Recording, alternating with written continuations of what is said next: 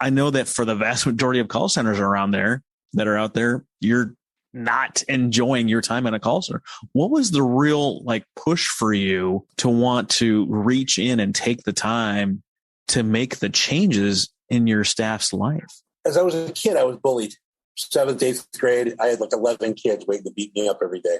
And I moved schools, and it kind of puts a chip on your shoulder. You want to prove to people you're worthy of being loved, right? And so I got that whole motivation and that drive to help others, I think, through that process.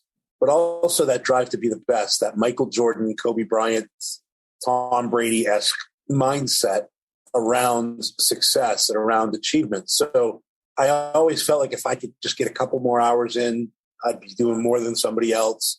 If I could just watch one more YouTube video that teaches me this, or I just, went to the School of Hard Knocks, and I went to college for music, for God's sakes. I mean, not business. So, and I just happen to be good at marketing, but I've learned a lot of life lessons along the way. I've been humbled, right? And you've got to learn these things. You've got to learn that you need to play on your strengths.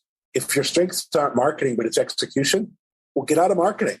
Get somebody who's going to help you with marketing. If you're great with marketing, but you suck at execution, get out of execution. Don't do it. I know you might have to do it in the beginning, but you really don't. Find somebody else who can do it so you can live a better quality of life.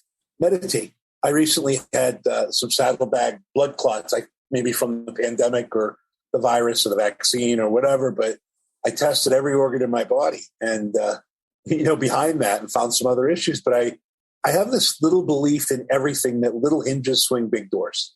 And a lot of people, I don't think, take the time to see how a little hinge, picture a door, there's 3 hinges, sometimes only 2, but that big door swings.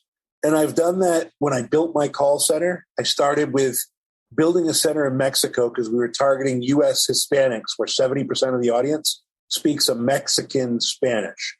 Well, I know that mirroring a customer, having the same accent as them, increases close rate by 3 to 5%. Okay? When you personalize and disarm in a greeting and you can build rapport. I had a buddy of mine who was in the Navy, and he used to be on the phones, and every time he answered the phone, he'd go, "Hey, where are you calling us from?"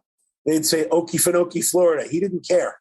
No kidding. I used to live there when I was in the military. I lived on Main Street near the McDonald's. And he sold every customer he spoke to because he was a local boy, And I don't know. I don't think he lived in any of those places, but he was able to relate to people. That's a little hinge that swings a big door. When I talk to people, I say, I'm a musician. So if her name is Caroline, oh, you the girl they wrote that song about? Which one?